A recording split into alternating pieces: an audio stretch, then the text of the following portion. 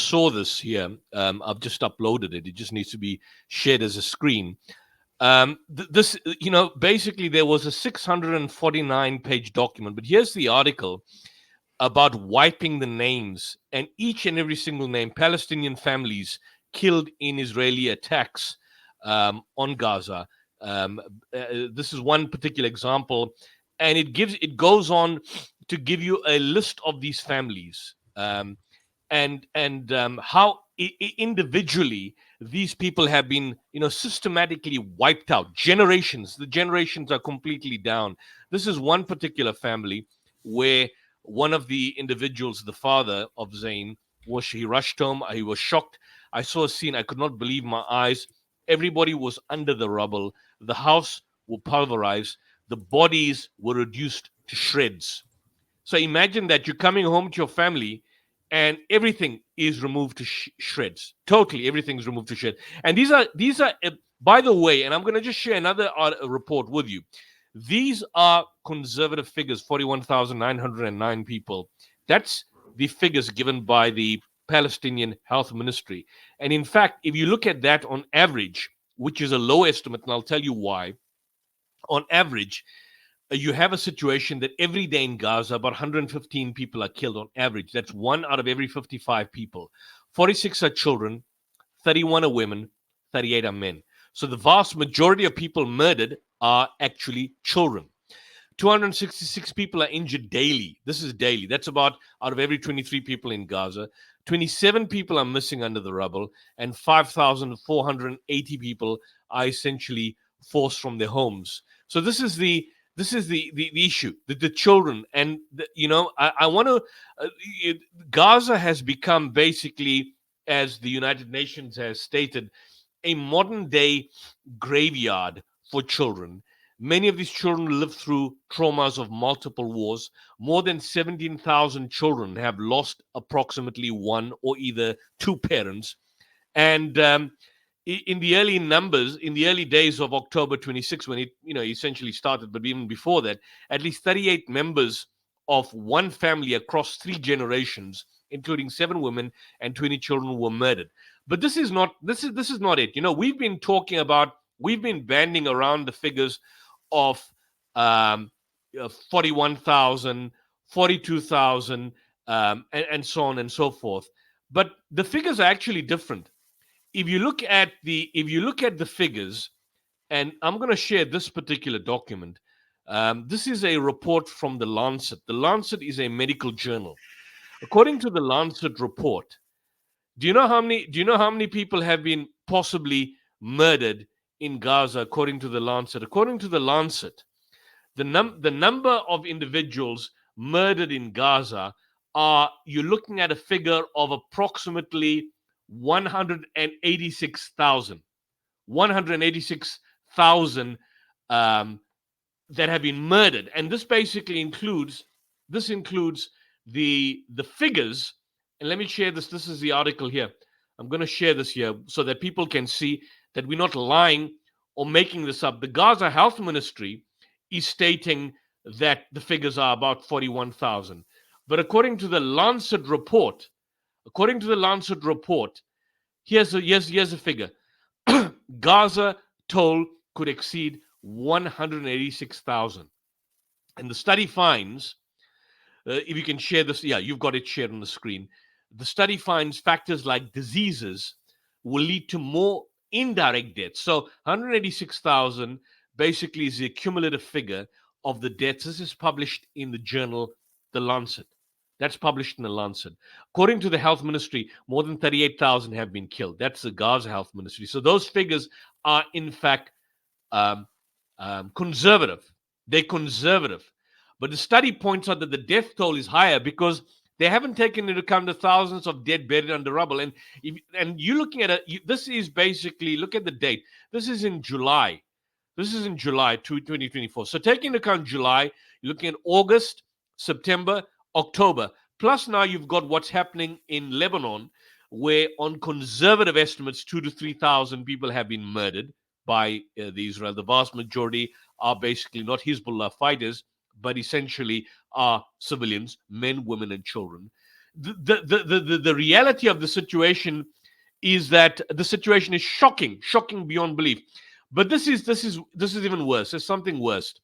You know, um, up to now, we don't have the actual number of deaths of those people that were basically killed in on October 7th, which have been barking, and now the figures are even lower. That approximately maybe 600 civilians were killed, and a large number of the civilians were basically murdered by the Israeli Defense Force, invoking the Hannibal Directive.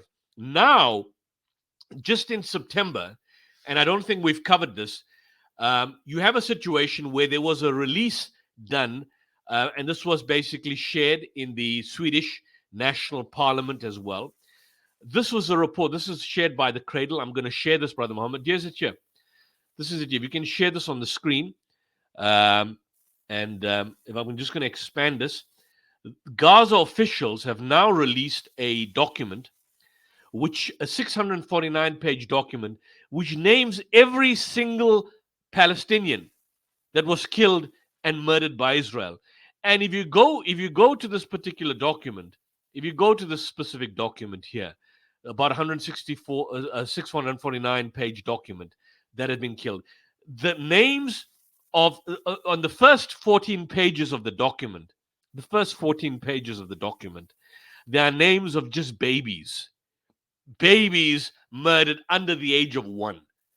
14 pages of the 649-page document contained the list of babies, and the final 11 pages contained the names of people aged 77 to 101, all of whom were born before the state of Israel was established on stolen Palestinian land in 1948. So this is essentially the situation that you basically have got here. That people, and by the way, these people were not killed accidentally, because these are not just accidental killing, which is what they're saying, collateral damage. So there's a shrapnel killing or bombing or whatever the case, which we've now exposed beyond doubt that it's AI technology that is being utilized for purposes of murdering these individuals. A lot of these people were shot dead in cold blood, because we've got doctors, we've got individuals that have basically shown that essentially a lot of these dead people and dead babies have got bullet wounds to the head, which means that the IDF have been shooting dead babies under 1, shooting them in the head. Now, which sick individual, sick human being will engage in this? And this is an example of the list. This was a Twitter feed, but look at the list. So it's got the name, it's got the age, it's got the gender, it's got the ID number of every Palestinian murdered in Gaza from October 7th to August 31. Every single name is documented. And you know where their names are registered? They're registered under the Israeli population registry. So these are authentic figures that you can't make up, or names that are make up. Every name has an age, has a gender, has an ID number. So it's systematically being documented. Now, the argument is that the vast majority are children, a significant number are women, and then, of course, you've got a proportion of men that have been killed. And from the Israeli point of view, every male is a legitimate target, because every male is a potential Hamas individual. So they've got no way of determining, because they don't have army garments or soldiers. I mean, the Hamas fighters are very few, by the way, and not a lot of them have been killed by Israel. But there's no way to determine at the end of a murder and a mass strike that, look, this is a Hamas civilian and this was basically an ordinary general civilian. You've just got the dead bodies and people that have basically been registered. There's no way that Israel can basically confirm that these are, and we've showed these images. Look at this image on X, on Twitter, that according to some reports, some of the 400 bodies discovered in mass graves, according to reports, I don't want to open Twitter, these bodies include children with their hands tied behind their backs, murdered whilst in captivity, a direct breach of the Geneva Convention. A direct breach of the Geneva Convention. These are dead bodies. Look at this. Dead bodies. Wheelbarrows. You like the father and mother in wheelbarrows and children in wheelbarrows.